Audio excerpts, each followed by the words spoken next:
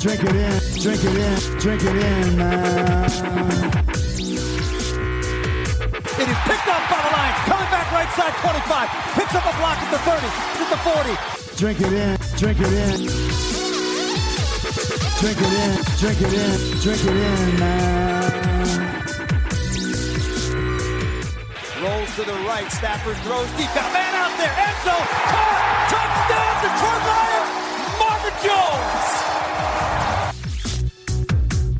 Stafford!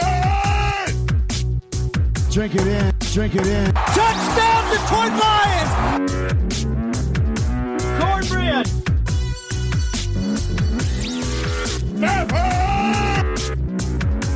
Drink it in, drink it in, drink it in, man. What's going on, everybody? Welcome back to the Detroit Koolaid Cast. I'm your host, Derek Oakery. I'm going solo again. My buddy Grifka, who's normally on the show with me, is not here today. Again, just different schedules, and Grifka is going to bring you some content on Friday, so I thought I'd just do a solo show here on a Tuesday. We got lots to talk about when it comes to the Detroit Lions.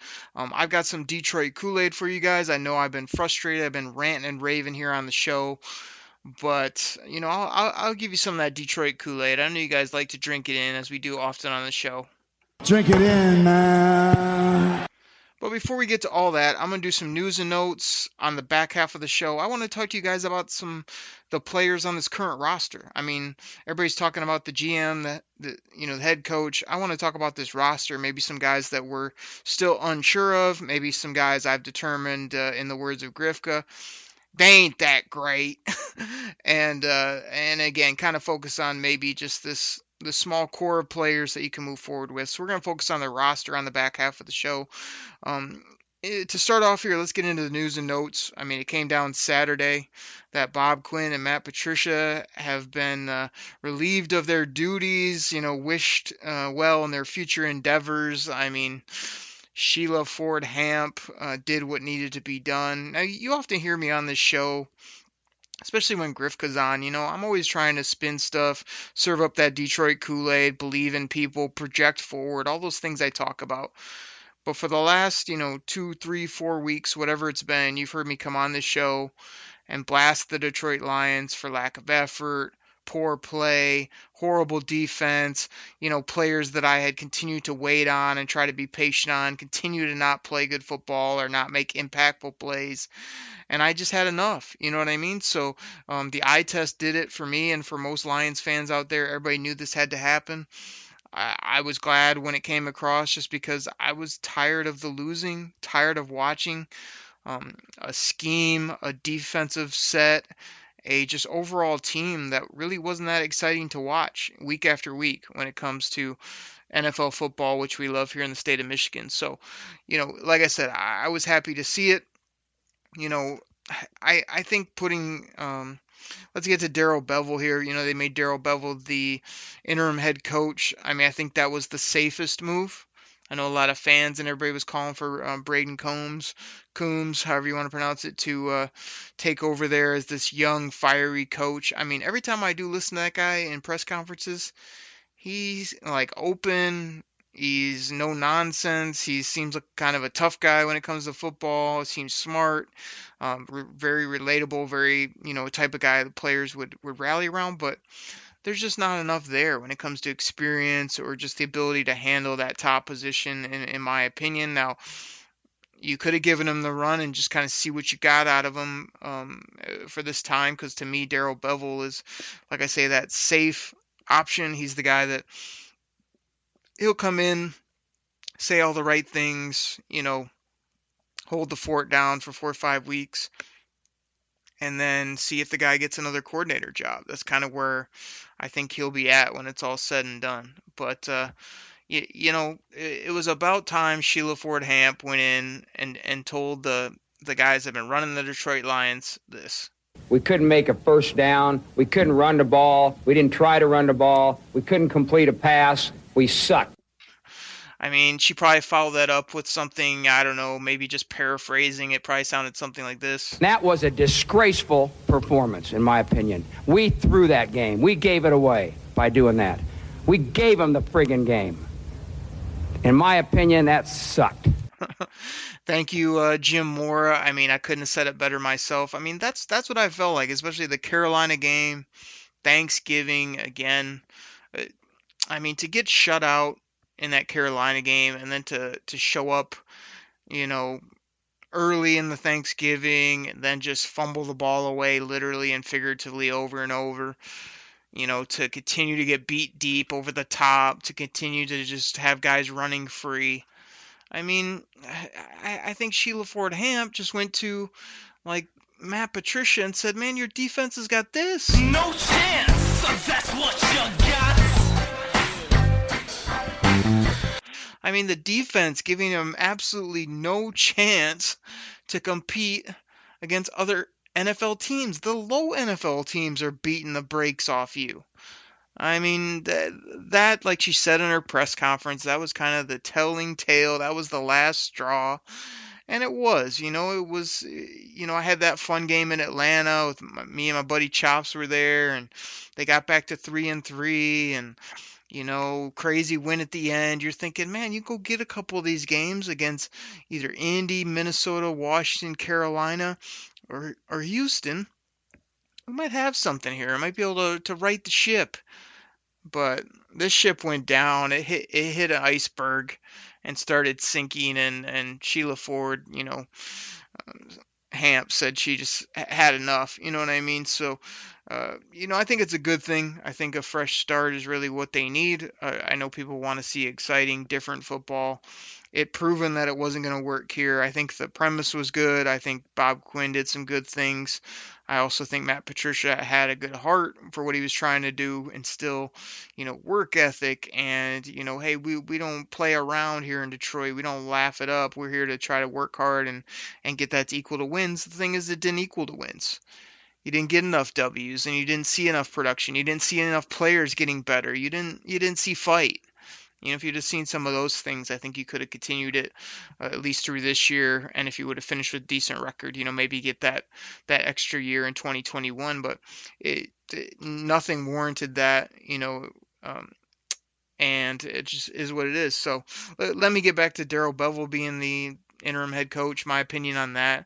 I listened to his introductory presser basically, and I don't know. I mean, Darrell Bevell said everything right. He sounded excited. He sounded smart. He said he's just going to let the players have fun and play with their hair on fire. And, he's going to be a different perspective and, blah, blah, blah. It was just kind of like, it's all those things you write on paper and that gets people excited of, oh, maybe when they play Chicago, maybe we'll see a whole new offense, a whole new defense, a fired up football team. I mean, is there a chance that might happen? I guess, maybe. But do I think what will happen is that he'll say all the right things, he'll be ultra positive, it'll sound like the great thing to do when you're changing coaches is to lighten everything up and let the players roll out and play football? Yeah, but do I think I'll probably see the same type of football for the most part? Yeah, I mean, that's the way I'm leaning, is that I do think that. I also think Darrell Bevell, one of the big problems I've had with him, again, supported him, in that first year.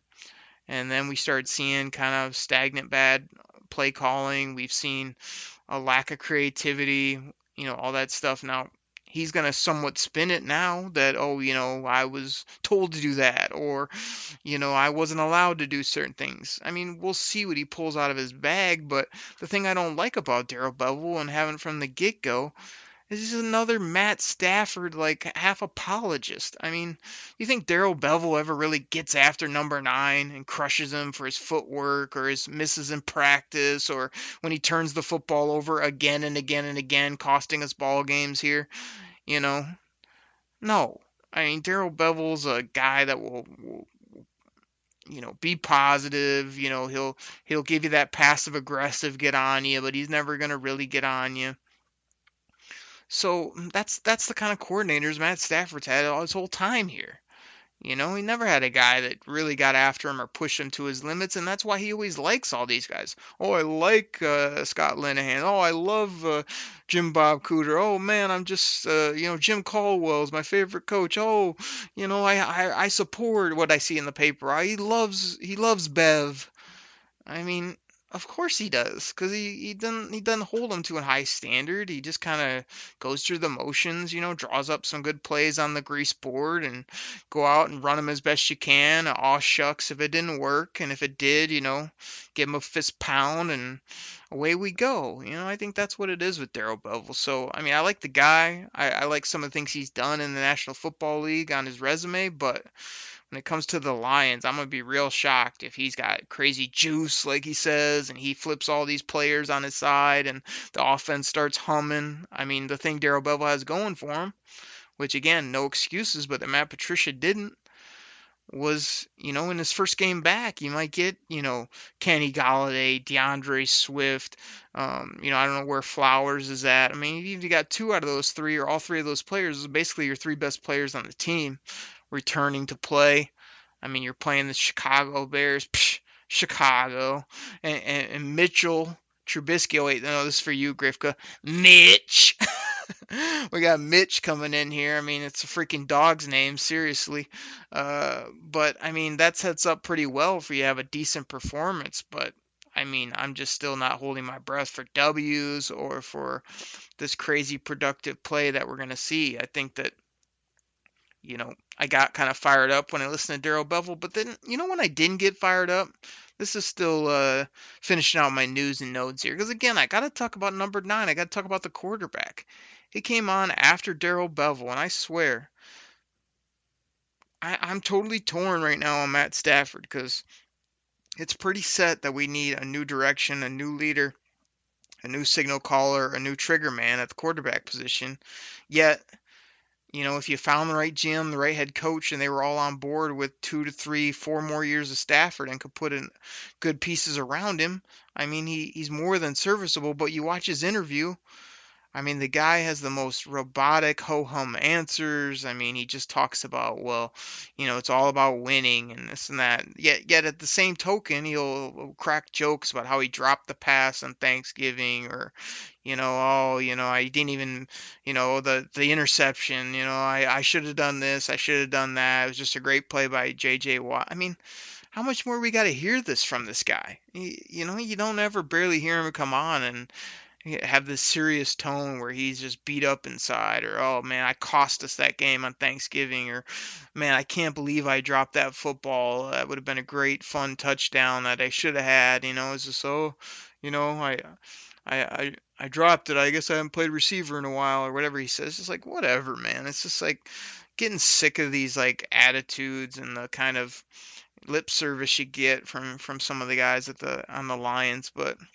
I mean, at the same token, he's 32. He can make all the throws. He's more than serviceable as a mid-level, with upper-level qualities as an NFL quarterback. But I mean, everything has to break right for this guy, or else it's just, oh, we lost again. I should have been better and could have made a few more plays. And our team wants to win, yet we never do win at a high level. It's just everybody's heard enough of it. It's just kind of. It's just getting old and tired and empty. And the thing I want to point out before we move on, I'm going to do this one last thing about Stafford. Then I'm going to talk quickly about what I expect maybe in Chicago. Then we'll take that break and get into these players that I still think are kind of either unproven or we're not sure what we have in Detroit. And then break down a couple other categories of players too. So, the last thing I heard from Stafford that really caught my ear was, every other time he's been asked about his future, he will always kind of say, I want to be here as long as they'll have me. I got a lot of good years left. I love playing in Detroit. This time when he was asked, he said multiple times, we'll talk about that after the season, and then he went into his press number 3 robotic repeat button of, I'm just trying to focus on this week. And if I think about anything else, it takes me away from Chicago. Like, I love how these guys get away with that. Yet, just imagine if in their real life, throughout the week, all they did was think about Chicago and they couldn't be bothered with anything else because that's their only focus. When these guys have 8 million things going on in their lives, their head, they're thinking about a million other things, yet they give you this empty answers of like that's really all they're focused on. I mean, it's just a bunch of garbage. It really is. It wouldn't kill you to tell you, where you're at with the team or where you think your future might be and still go focus on beating Chicago. I mean, you can do more than one thing at once. It's just kind of ridiculous that they get away with these answers and people buy it. Like, oh yeah, that's the way to be. Just one thing at a time. Just one game. Just this. It's like nobody operates like that in real life. We all have lots going on. We all are dealing with juggling lots of things. Our focus is kind of, here, there, and everywhere. That's the way the world works, man. So to just act like you're putting all your efforts into Chicago and you have no cognizance of anything else going on. What a ridiculous, dumb answer by people that are supposed to be intelligent, deep thinkers. Same thing with Matt Patricia. Thank goodness you're gone because I couldn't stand here and gotta play better, gotta coach better from this standpoint, from that standpoint, from this. I mean, you're supposed to be a rocket scientist, you're supposed to be a genius, yet you can't form a coherent sentence or you can't think about more thing than just what today's about. Oh, I'm only focused on today. Really? Because I'm pretty sure you got 8 million other things going on than just today there. Matt Patricia, Matt Stafford, all these other sports people that want to give you this empty, rinse repeat type answers. So I thought it was telling mostly because, he didn't straight up say he wants to be here. He didn't say, I want to finish out Detroit. Didn't say I love Detroit. Didn't say I'll be here as long as they'll have me as their quarterback, blah, blah, blah. He just said, talk about it after the year. So to me, that kind of tipped a hand of, yeah, his head probably is somewhere else if he's got to start over again and he doesn't see the talent on this team.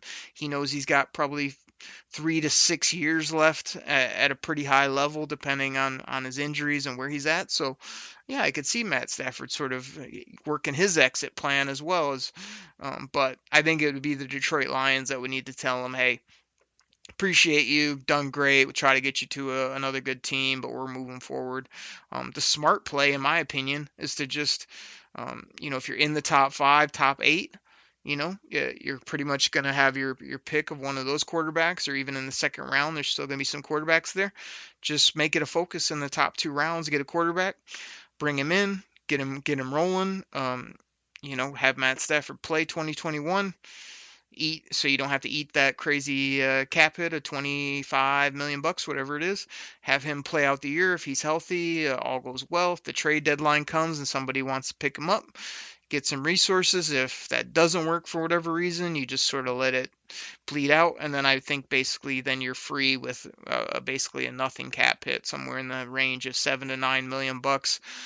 That's nothing, in comparison to where you'd be at. You got another year of service. You got the young kid somewhat ready to go, and then you move forward with a better roster, a young quarterback, and things like that. So I'm kind of thinking, hoping that's the way it plays out, but I wouldn't be opposed to just cutting bait. And there's part of me that's just like, hey, if the new guy loves Matt Stafford and thinks, I'm a few receivers and a few defensive studs away from being competitive, I mean, like I say, in my opinion, he can stay here based on, the fact that we see him make plays, we see him make throws, but I just don't think it's going to get much better. So the only way to keep him and have a better football team is to get a lot better pieces around, as well as a better leadership group and a better scheme and all that type of stuff. And maybe you'd see the absolute best out of him. But, I think we pretty much know what we have. So we'll see what happens with number 9. Be really interesting.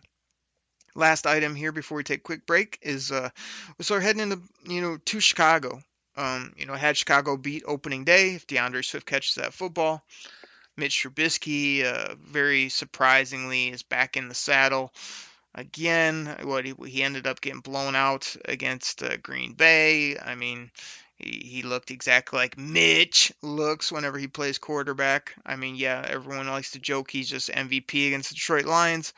I mean, you never know what kind of weather and stuff you're going to get in Chicago, but I don't see him lighting us up. Well, I can't say that because everybody's lighting up the Lions, and I don't expect their defense to totally change. So, I mean, I think he'll be serviceable. He'd be better than he he really is based on where the Lions are at defensively, but I don't see him being the sole reason that they lose this game. I just don't know what to expect. I feel like the offense might be a little more loosey-goosey or a little bit, Bevel's actually, he's going to try to put his spin on things where people will leave this football game going, wow, look at all the changes. So, like I said, I'd expect him to tell Corey Unling to blitz more. I'd expect, offense to be more downfield, less 2 yards in a cloud of dust running. That's kind of what I'm expecting. And I think this will just sort of be a back and forth ball game, probably out in windy, kind of cold weather. And, I don't know. I guess since I'm not doing a combo show with Grifka, I got to throw out a prediction here. So if I was to predict this game, I mean, it's probably like oh gosh, I've just been predicting wins all year, and now, this is going down the tubes here. So, I mean, to be realistic, probably like 20, 24, 21 Bears, something like that maybe. But, I mean, obviously, like, even though we're kind of past the stage of being in the mix, I'd like to see a new excitement from what Darrell Bevell puts on the field with his offense and defense.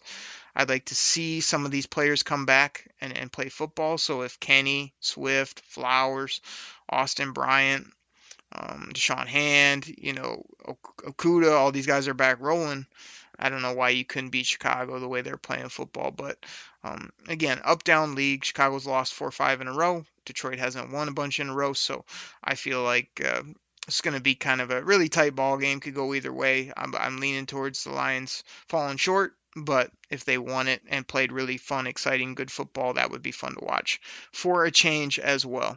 So there it is. There's the top of my show. We're going to take a quick break. You guys will hear a little sponsor ad about my other podcast. It's called Believe, BLEAV, and Lions with myself and the one and only Lion safety, Benny Blades.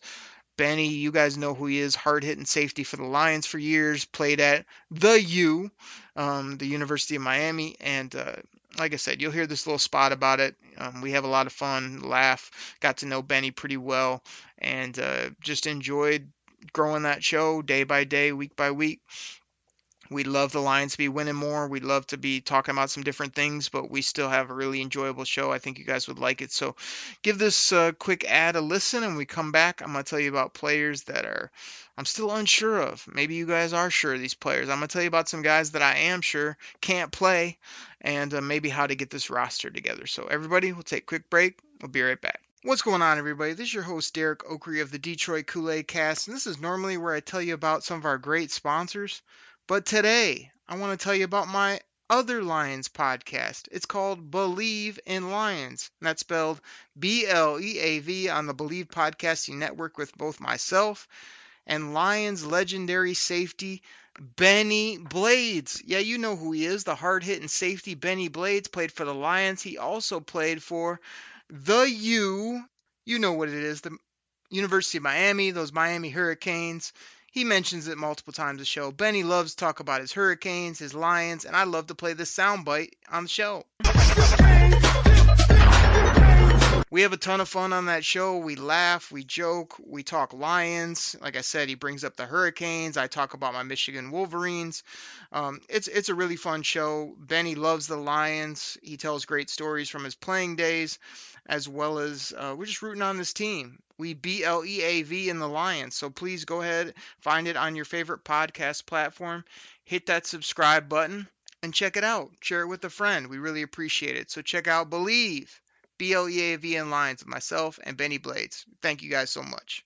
What's going on, Detroit Lions fans, Detroit Kool-Aid drinkers? I am back from the break. Thanks so much for listening to that sponsor ad. Please go check out BLEAV and Lions. That drops Thursday mornings on any of your favorite podcast platforms with myself, Derek Oakrey. You can find me on Twitter at Derek Oakrey. That's spelled DEREK OKRIE.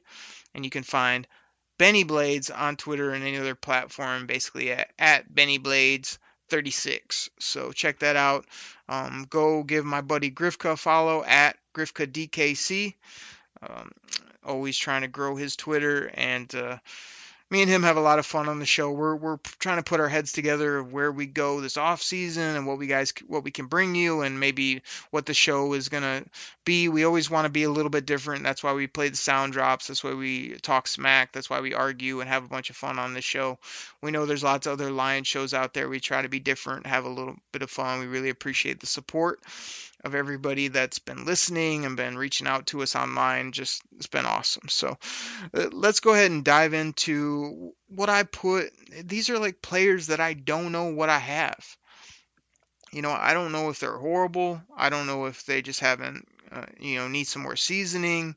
I don't know if they have really good potential to help, this football team or a NFL football team. I really don't know what I have in a lot of these guys. So the list is pretty long. And some of the ones I put in here aren't like young guys. Some of them are guys that they either haven't been with the Lions long enough, or I just don't know if there'll be a piece in 2021 that we can build on, or if this is if this is it for them. But this is the list I came with. So Quintez Cephas, I don't know what we have in him. 5th round pick.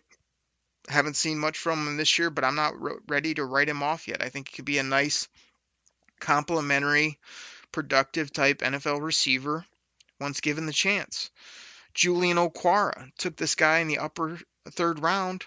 Haven't seen anything from him this year. None whatsoever. Never made plays when he was in there and has been injured. But again, don't know what I have. I mean, I'm not willing to just give up on the guy. He could still be a ball player. Had good things in college. Just haven't seen it at the NFL level yet. Austin Bryant, guy hadn't played for basically 2 full seasons. He came out there, blocked a couple kicks, showed some juice, seemed like a ridiculous looking athlete in the jersey. Oh my goodness, guy was long, lean, big. I mean, just looked like a specimen, I thought, in the jersey, number 94 there. I think he's got some things, but I don't know what he has. I mean, maybe he'll just be an injured guy and wash out of the league, or maybe he's a ball player that we just don't know yet because he's not out there making plays every other down, which is when Grifka will say, hey, this guy's good. It's like, yeah, everybody knows, man, but I don't know what we have in Austin Bryant. I put Romeo Okwara on this list because Romeo Okwara has had one really good year, one really horrible year, and another really good year here for the Lions. And then I think his first year with the Giants, he just, was off the radar because he was 22 years old or something, rookie out of Notre Dame, and nobody knew about him. So, I'm leaning that Okwara 2 out of 3 years. That means he's a better than, a total question mark. He's a guy you can build off, but I just still don't know, especially I don't know his price tag. If his price tag is crazy high, I may be willing to move on from Romeo Okwara, but if he wants to be here with his brother, I think he's a guy you can keep and add as an edge rusher. I do like what he brings. This guy fell in my question mark column as well. Oh, baby. I mean, like everyone's penciling this guy in as some dominant corner, and you see on Twitter, oh yeah, AO is the best corner Lions got. Okay, I mean he's made some good plays. I mean, did you miss all the plays where he's getting roasted, toasted, and extra crispy?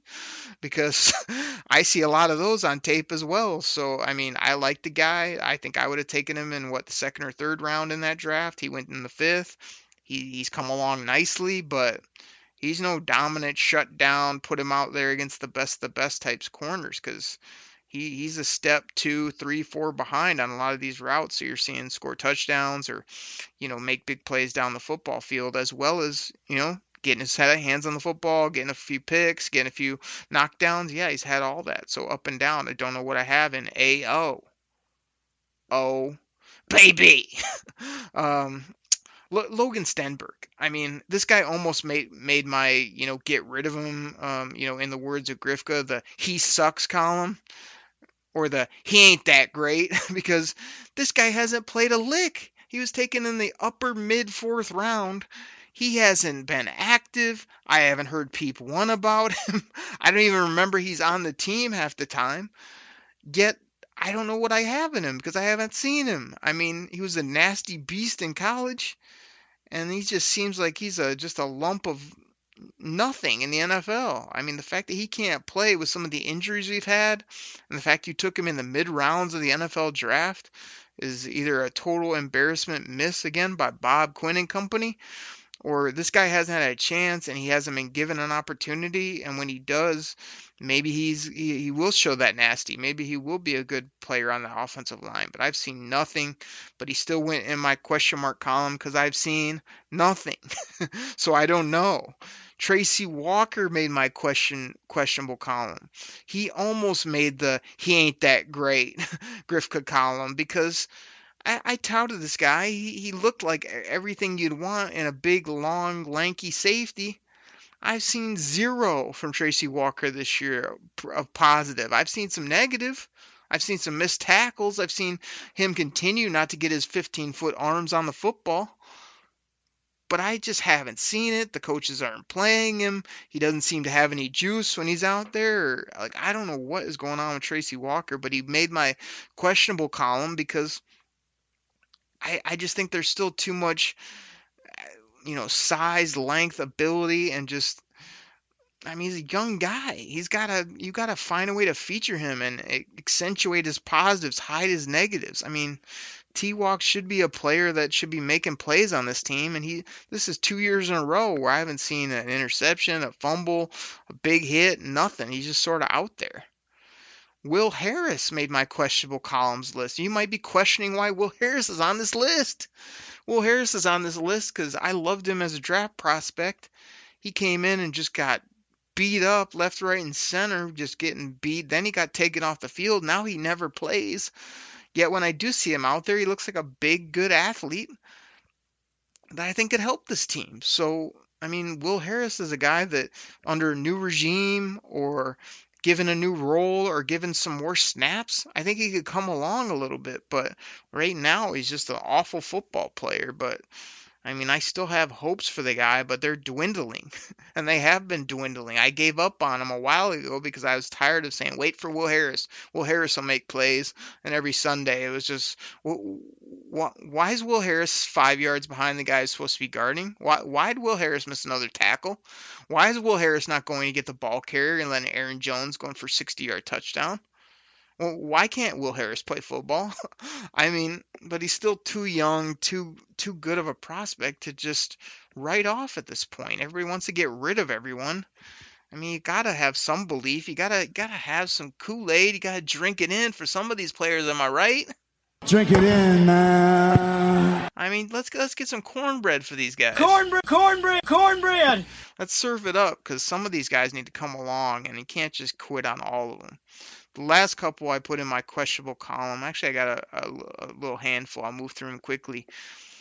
Danny Shelton to me is still 27 years old, I believe. I mean, big old dude. I mean, the reason he almost made my get rid of him column is because I don't know that this is a nose tackle league anymore. I think it's a penetrating, young, defensive tackle type of game these days. So I don't know that he fits, but he's still young. He has a good head on his shoulders. I mean, right now he's in my questionable, leaning towards the, you could easily play without a guy like that. But we just signed him, so I would like to get a year two and see if he could play. But, I mean, maybe he doesn't make it there. Deron Harmon says everything right in the media. I mean, he sounds like the most determined, tough leader that you'd want, yet I just see him too. He's in the middle of the football field, just letting people run free, and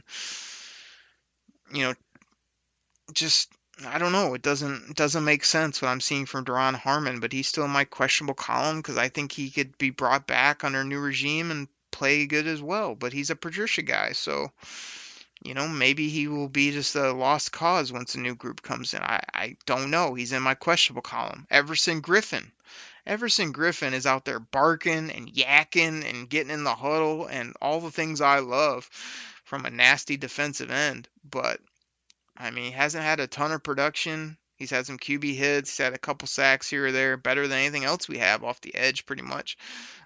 He's been able to somewhat play decent while Flowers is out and Aquara hasn't been getting as many splash plays. But Everson Griffin, I'd like to see him back in a Lions uniform in year two, just depending on price tag. I mean, him, Flowers, Aquara, maybe add another young guy. That'd be 4 guys that could rush the passer I'd feel decent about. Nick Williams to me, again, almost made my just get rid of him column, but he's a big old guy as well. I feel like he's at least a guy you could keep around as that depth defensive tackle, or maybe him and another guy could be those then another guy, Deshaun Hand and company, could be those penetrating tackles, and maybe you keep Pennicini as more of a run stuffer. That's maybe what I do with him. So he's still in my questionable columns. He's been hurt, doesn't make a ton of plays. $5 million. I'm sure I could use that better other places, but Nick Williams is in my questionable column, and Deshaun Hand made it. Deshaun Hand is a guy I've stuck up for time and time again on this show, and instead he's a guy that, he's hurt a lot. When he's out there, he's had multiple games, almost all of his games this year, where you don't even notice him. Every blue moon, he'll jump up and make a play. You're like, oh yeah, Deshaun Hand's in there. Like, he looks like a good athlete off the field in the jersey, but just not enough production. But I'm still willing to put him in the questionable column just because he's young enough, and I've seen some flashes, and I'd like to just kind of keep the hope alive, with Deshaun Hand. But he's trending in the wrong direction, as people would say. All right, let's get to my Grifkas. He ain't that great. My cuts, my guys that Grifka would put in his "he sucks" column. The Grifka evaluation tool. He sucks. He's great. I'm unsure, or I'm not quite for sure. Those are his 3 columns. Okay, well, this is my "he sucks" column for you, Grifka, and it goes something like this. Kerryon Johnson. Yeah, you heard it here first. The guy that I said 2 years ago, there was no doubt he was going to be a dynamic running back, and you don't need to see 5 years worth of production before you can call somebody good. Yeah, I was wrong on Kerryon Johnson because he's made of paper mache. He's a wimp. You hear him talk in the media, and it's just like, oh, I was all beat up. Well, how were you beat up? You didn't even play much last year. How were you beat up? The guy doesn't have a mentality for the NFL. He's another ho hum, just, oh golly gee, I tried my best. Oh yeah, I fumbled again on Thanksgiving. No big deal. Hey, I dropped another pass.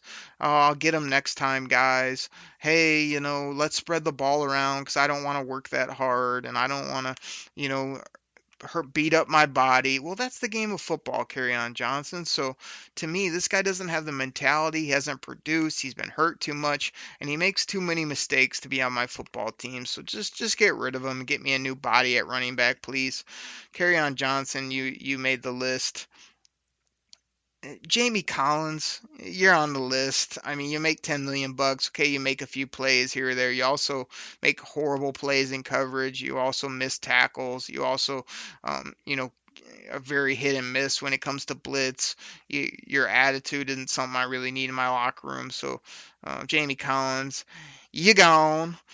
Next on the list, Jelani Tavai. I mean, the elephant on roller skates, the guy that gets stuck to blocks like he's just draped in honey. I mean, I don't know what's going on with Jelani Tavai. He's just the ultimate, piece of Velcro is what Jelani Tavai is. He can't play the game of football. He's gots to go. Desmond Trufant, I mean, gosh almighty. I tried to get excited about you as a veteran. I hear your interviews. I think, man, I like this guy. Then I watch you play on Sundays.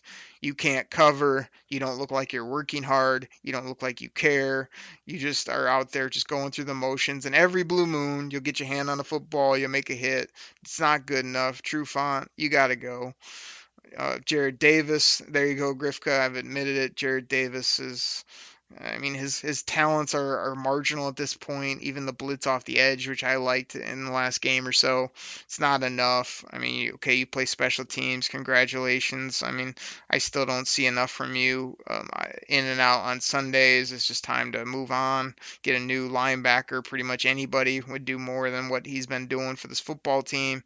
Oh, man, why wasn't this guy at the top of the list? The outlaw, Jesse James. I mean, gosh, this guy should have went after the first game he ever played the Lions uniform. They should have just looked at him and said, nope. And sent him packing like after game 1. Just like, yeah, that ain't going to cut it. So this guy's a horrible slug of an athlete. He hasn't done anything good. I don't even know why he's on the team. Anytime he's in the game at the edge, just like, oh, run, play. I mean, it just makes no sense, Jesse James. They got to find a way to get out of that contract. Danny Amendola, you made the cuts list for me. I mean, okay, I've seen you. You catch a 6-yard ball every once in a while and move the chains. I mean, very limiting in the impact plays you'll make for me at 35 some years old, however old you are. I've seen enough. I'm tired of paying you $5 million a year to be, marginal at best and have these injuries that keep you out multiple games a year. Okay, you work hard. I thought you'd be a locker room guy. I know Matt Stafford likes you because he's a little outlet that you can throw to all day, but in my opinion, it's just not worth the money, not worth the roster spot. Got to move on from Danny Boy. Christian Jones made my cuts list. I mean, I still like some things I see from Christian Jones, but he's that big, thumping, plodding, slow, molasses-type linebacker that Griff goes on and on about every week that I don't know why we invested in 4 or 5 plus those guys on one football team. I mean, maybe you can have 1 or 2 and get by, but not 4 or 5.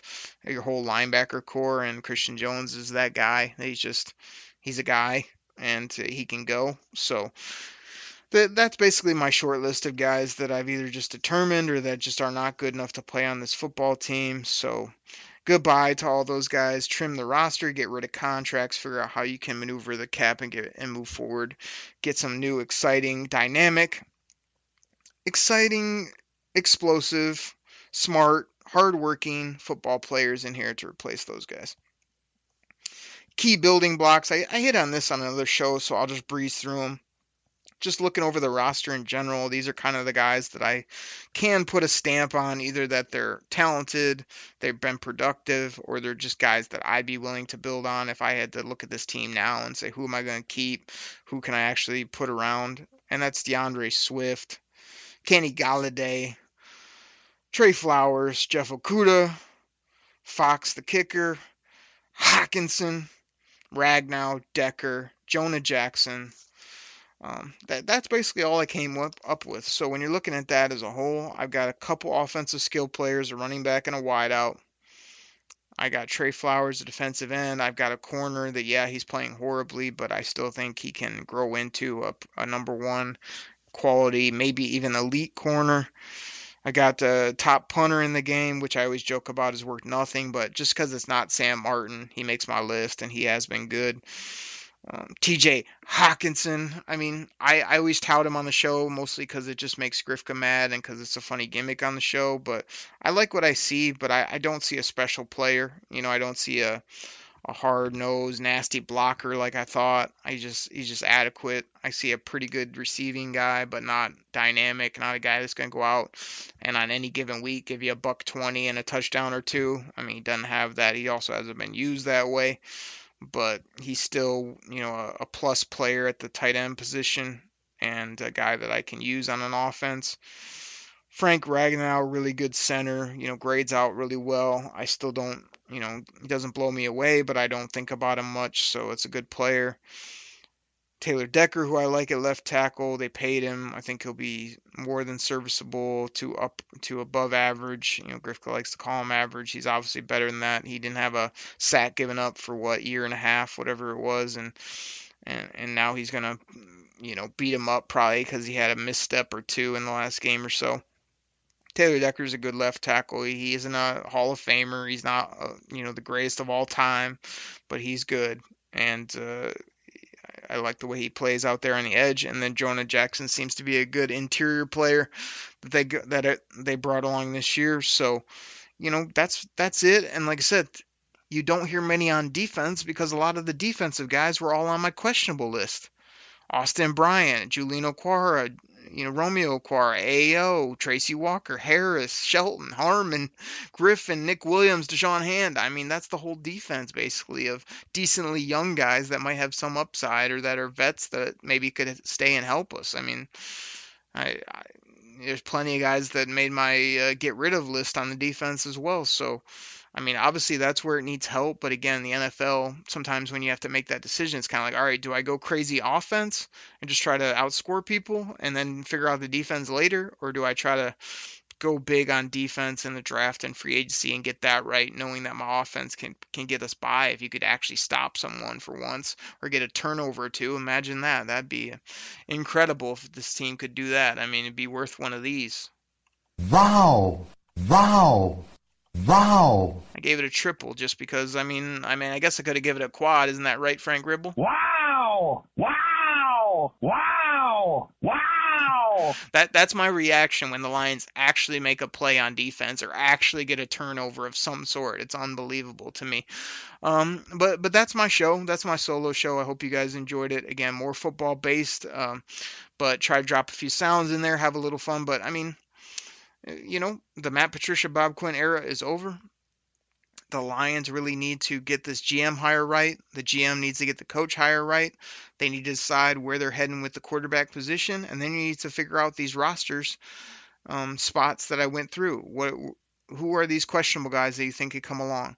Who are the guys that, in the words of @GriffDKC on Twitter, they ain't that great, and get rid of those guys, and then take those building blocks that I mentioned and that most people know, those are the core pieces, and say, this team isn't completely empty. When you have 3 offensive linemen, 3 offensive skill players, and a couple, 2, 3 defensive players that are also at key positions, rush end, cornerback, that's something to build on. It's not where you want to be as a franchise, but it's not totally devoid of talent as well. And then you still got number 9 out there. Keep him, let him go. I mean, he's obviously a plus player on the team, but maybe time to move forward with a new leader, a new signal caller, a new passer, a new quarterback for this football team. We'll see what they decide. But everybody, like I said, we're going to be making some decisions here shortly of kind of keep working our way through this game, see where we go in the offseason with the Detroit Koolaid Cast. You can check out Believe in Lions. Me and Benny Blades will be talking about, what we can do at the end of the season and moving forward to kind of entertain you with maybe some of his stories and, maybe watch some old football games, back from the 90s there where he was out doing his thing. That might be fun. But like I said, we're going to figure all that out and see where we go. We appreciate all the support, no doubt about it. Keep drinking that Detroit Kool-Aid. We got a fresh slate now.